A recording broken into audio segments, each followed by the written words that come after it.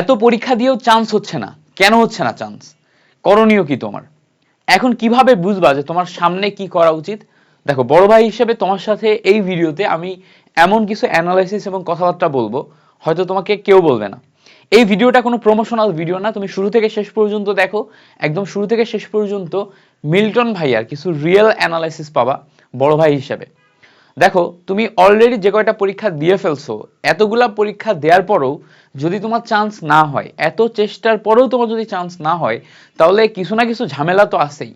তোমার নিজের, তুমি যতই বলো যে এই কারণে চান্স হয় না, ওই কারণে চান্স হয় না, ওই কারণে চান্স হয় নাই, অন্যের যতই দোষ দাও, সিস্টেমে যতই দোষ দাও, তোমার নিজের যে ল্যাকিংস আছে এটা আগে স্বীকার করতে হবে তোমাকে। সেই ল্যাকিংসটা খুঁজে বের করতে হবে। এখন ধরো সামনে তোমার যে তিনটা ইউনিভার্সিটির পরীক্ষা আছে, কুমিল্লা ইউনিভার্সিটি, এইচএসটিইউ এবং হচ্ছে তোমার জিএসটি। জিএসটিতে অনেক সিট আছে, অনেক সিট। ফলে তুমি মোটামুটি অল্প একটু যোগ্যতা অর্জন করলে বা মিডিয়াম বেসে স্টুডেন্ট হলেও জিএসটিতে কোথাও না কোথাও পজিশন পেয়েই যাবা।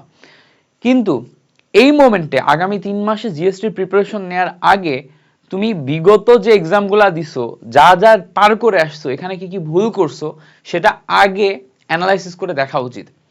দেখো, আমি এখানে দুইটা ক্যাটাগরি বলবো, চিন্তা করো, আমার সাথে সাথে এইভাবে চিন্তা করো। ধরো তোমার সামনে এখন দুইটা ক্যাটাগরির অপশন আছে। এক, তোমার যদি ফাইনান্সিয়াল কন্ডিশন ভালো হয়, তুমি যদি ভালো পরিবার থেকে আসো, যারা একটা প্রাইভেট ইউনিভার্সিটি বা অন্য কিছু তোমার জন্য কি বলো এটাকে অ্যাফোর্ড করতে পারবে, তাহলে তুমি প্রাইভেট ইউনিভার্সিটিগুলোর যে কোনো একটাতে ভর্তি হয়ে যাও। প্রাইভেট ইউনিভার্সিটিগুলোতে, প্রাইভেট ইউনিভার্সিটিগুলোর ভিতরে যে কয়টা নাম করা, মানে ধরো নর্মাল যে কোনোটাই ভর্তি হও না, আবার যেখানে ঠকবা এরকম জায়গায় ভর্তি হও না।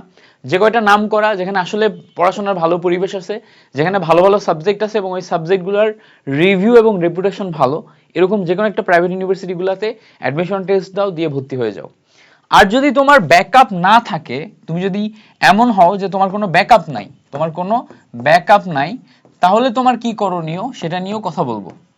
সো এখন তোমাকে এই কথা কেন বলতেছি, যে যেহেতু যেহেতু তোমার প্রিভিয়াস অনেকগুলা এক্সামে পরীক্ষা দিয়েও কিছু হয় নাই, তোমার প্রাইভেট ইউনিভার্সিটিগুলোতে ভর্তি হতে কেন বলতেছি।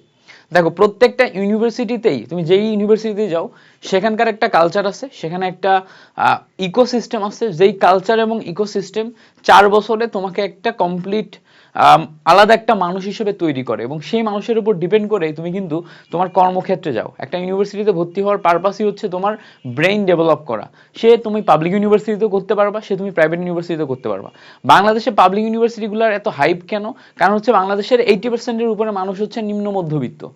এই নিম্ন মধ্যবিত্ত মানুষজনগুলা প্রাইভেট ইউনিভার্সিটি বা নিজের খরচে এই টাইপের ইউনিভার্সিটিগুলোতে 4 বছর ধরে একটা স্টুডেন্টকে বা একটা ছেলেকে, একটা মেয়েকে পড়াইতে পারে না, বা ওই টাকাটা অ্যাফোর্ড করতে পারে না। এই জন্য সবাই চায় ফ্রি পড়াইতে। আমি বুটেক্স থেকে গ্র্যাজুয়েশন কমপ্লিট করছি, বুটেক্স থেকে টোটাল 4 বছরের গ্র্যাজুয়েশন কমপ্লিট করছি। সব মিলায় হয়তো আমার বুটেক্সে 20,000 টাকাও খরচ হয় না একটা এত বড় ডিগ্রি নিতে।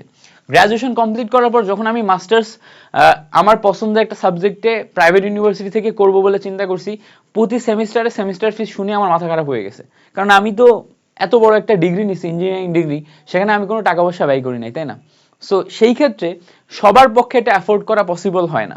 বাট যাদের ক্ষেত্রে অ্যাফোর্ড করা পসিবল হয়, তোমরা ডেফিনেটলি পাবলিক প্রাইভেট ব্যাপার না, তুমি প্রাইভেটে চলে যাও যদি অ্যাফোর্ড করতে পারো, এবং সেখানকার এনভায়রনমেন্ট থেকে ভালো ভালো স্কিল শিখো, সেখানকার এনভায়রনমেন্ট থেকে একটা সাবজেক্টের উপর ভালো নলেজ ডেভেলপ করো, সেখানকার এনভায়রনমেন্টের থেকে তুমি স্কিল ডেভেলপ করে তোমার ক্যারিয়ারে ভালো করো। এখন যেহেতু তুমি এই, মানে আমি জাস্ট এই কথাটা কেন বলছি, তুমি বিগত যতগুলো এক্সাম দিছো, এই এক্সামগুলোতে অনেক পরীক্ষা দেওয়া সত্ত্বেও তুমি একটা কম্পিটিটিভ এক্সামে যেহেতু ভালো করতে পারতেছো না, মানে ওই স্কিলটা সামহাও তোমার পার্সোনালিটির সাথে স্যুট করতেছে না। সো সেই ক্ষেত্রে এই র্যাট রেসে না দৌড়ায় যদি তোমার হাতে অপশন থাকে, যদি তোমার হাতে অপশন থাকে, তাহলে তুমি যদি এই প্রাইভেট ইউনিভার্সিটির এই ধরনের এনভায়রনমেন্টে এখন শিফট হইতে পারো, যেহেতু মোটামুটি এখনই এই সময় জানুয়ারিতেই ম্যাক্সিমাম ক্ষেত্রে তোমার একটা সিজন শুরু হবে, ভর্তি শুরু হবে, সব জায়গাতে নতুন সেমিস্টারের ক্লাস শুরু হবে। তো সেই ক্ষেত্রে তুমি এই জায়গাতে নতুন একটা যাত্রা শুরু করলে তোমার জন্য এটা বেটার। এবার দেখো, যদি তোমার ব্যাকআপ না থাকে, কিচ্ছু ব্যাকআপ নাই, তুমি যে ধরনের ফ্যামিলি থেকে বিলং করো, তোমাকে সামনে হচ্ছে যে একটা পাবলিক ইউনিভার্সিটিতেই পড়তে হবে অথবা নিজে কিছু করতে হবে, তাহলে সেই ক্ষেত্রে তোমার ডেফিনেটলি জিএসটি এবং অন্যান্য যে ইউনিভার্সিটিগুলো সামনে আছে এগুলা টার্গেট করে আগামী 3 মাস পড়াশোনা করা উচিত। যারা ব্যাকআপ নাই, চাচ্ছ একটা পাবলিক ইউনিভার্সিটিতে চান্স পেতে, তুমি একটা জিনিস মাথায় রাখবা ভাইয়া, তুমি কখনো চিন্তা করবা না তুমি সেকেন্ড টাইম পরীক্ষা দিবা। তুমি কখনো চিন্তা করবে না তুমি সেকেন্ড টাইম পরীক্ষা দিবা। তুমি আগামী 2-2.5 মাসে যেই সময়টা তোমার হাতে আছে এতটা পরিশ্রম করো, এত ট্রাই করো, এত চেষ্টা করো যাতে জিএসটিতে তোমার হয়ে যায়। জিএসটিতে, general science and technology university যেগুলো আছে এগুলোতে যদি তুমি চান্স পেয়ে যাও, একটা ভালো ইউনিভার্সিটিতে চান্স পেয়ে যাও, তাহলে তোমার জন্য বেটার। সেকেন্ড টাইম দিতে গেলে ওই 1 বছর তুমি যেই পরিমাণ মেন্টাল ট্রমার ভিতর দিয়ে যাবা, একা একা থাকবা, তারপর হচ্ছে যে তুমি তোমার ক্যারিয়ারে মুভ অন করতে পারবে না। জাস্ট একটা ইউনিভার্সিটিতে চান্স পাওয়ার জন্য তুমি স্ট্রাগল করবা, ক্যারিয়ারে মুভ অন করতে পারবা না। সো সেই ক্ষেত্রে ওই একটা বছর তোমার জন্য অনেক কঠিন হবে। আর যদি তুমি এই জায়গাতে জিএসটি, অন্যান্য ইউনিভার্সিটিগুলো যে কয়টা আগে পরীক্ষা হবে এগুলোতে চান্স পেয়ে যাও, এই জায়গাগুলোতে ভর্তি হয়ে যাও, ভর্তি হওয়ার পরে তারপরে তুমি তোমার ক্যারিয়ারের জন্য চিন্তা করতে পারবা যে আমি এক জায়গায় ভর্তি আছি, একটা সাবজেক্টে আমি পড়াশোনা করব, এর পাশাপাশি আমি এগুলো পারি, এগুলো শিখে আমি হচ্ছে আমার নিজের ক্যারিয়ার এই পাতে ডেভেলপ করব। তুমি অনেকগুলো জিনিস 1 বছর আগে এক্সপ্লোর করার সুযোগ পাবা। সো আপাতত সেকেন্ড টাইমের কথা চিন্তা কইরো না, আপাতত চিন্তা করো জিএসটিতে অথবা সামনে যে কয়েকটা পরীক্ষা আছে এই পরীক্ষাগুলোতে চান্স পেতে হবে। এখন চান্স পাওয়ার জন্য তোমাকে খুব ভালো মতো পড়তে হবে। দেখো, তোমার কোথাও চান্স হয়নি মিন্স এই দোষ অন্য কারণ না, তোমার সিলেবাস কভার হয় নাই, তুমি পরীক্ষা দিতে যে ভুল করতেছো, তোমার ঠিকঠাকভাবে নোট করা নাই, নোটগুলা তুমি বারবার পড়ো নাই, তুমি হচ্ছে যে প্রিভিয়াস বিভিন্ন সময় বিভিন্ন টাইম ওয়েস্ট করছো, পর্যাপ্ত পরিমাণে তুমি পড়াশোনার সাথে সময় দাও নাই, বা তুমি এক্সাম কম দিছো, এক্সাম হলে যে কমন মিস্টেকসগুলো করতেছো, বা অন্য বিভিন্ন টাইপের প্রবলেম আছে, তুমি খুঁজে বের করো কোন কোন প্রবলেমগুলা তুমি করতেছো, ওই প্রবলেমগুলা খুঁজে বের করে ওইগুলা আইডেন্টিফাই করে ওইগুলা সলভ যদি তুমি করতে পারো, ওগুলা সলভ করার পর তারপর তুমি যদি সামনে আগাইতে পারো, তাহলে এই 2-3 মাসে তুমি একটা ভালো ইউনিভার্সিটিতে ভালো সিট পাবা, ভালো একটা সাবজেক্ট পাবা। সেকেন্ড টাইমকে আমি কেন বারবার নিষেধ করতেছি, বিকজ সেকেন্ড টাইমের জার্নির এই সময়টা অনেক কঠিন। যারা সেকেন্ড টাইম পরীক্ষা দিছে তাদের কাছে জিজ্ঞেস করো, সেকেন্ড টাইম পরীক্ষা দিয়ে অনেকে অনেক ভালো করছে, বাট আমি পার্সোনালি প্রেফার করি না।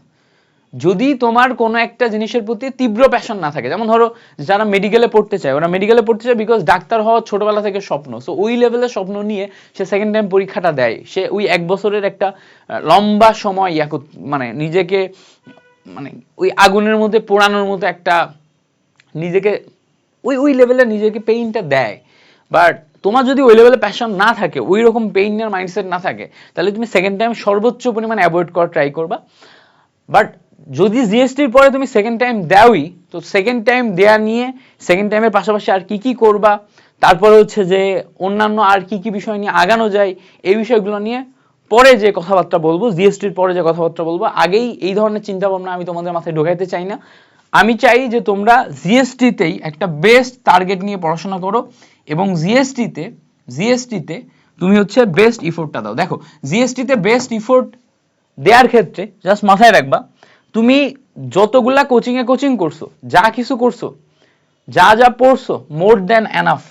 এই সামনে তোমার জিএসটির এক্সাম আর তুমি এখানে আসো, এই 3 মাস তোমার কোনো কোর্স লাগবে না, কিচ্ছু লাগবে না। তুমি যদি নিজে একা এতদিন বিভিন্ন কোর্সে ভর্তি হয়ে যা করছো এইগুলা একদম A to Z রিভাইজ করতে পারো, রুটিন মেইনটেইন করে পড়তে পারো, আগামী 3 মাসের একটা দিনও সময় নষ্ট না করে 3টা মাসের 3টা মাসই তুমি একটা নির্দিষ্ট রুটিন মেইনটেইন করে নিজে রিভাইজ করতে পারো, নিজে পড়তে পারো, তুমি নিশ্চিত চান্স পাবা। তোমার ইফোর্ট কাজে লাগবে। তো তোমাকে একা এফোর্ট দিতে হবে। যেই যে ম্যাটেরিয়ালগুলো দেওয়া হয়েছে এই ম্যাটেরিয়ালগুলো পড়েই তো সবাই চান্স পাচ্ছে, যেই যে ক্লাসগুলো নেওয়া হয়েছে এই ক্লাসগুলো করেই তো সবাই চান্স পাচ্ছে। তুমি চান্স পাচ্ছ না মানে তুমি ওগুলো পড়ো নাই, সো তুমি ওগুলো পড়বা।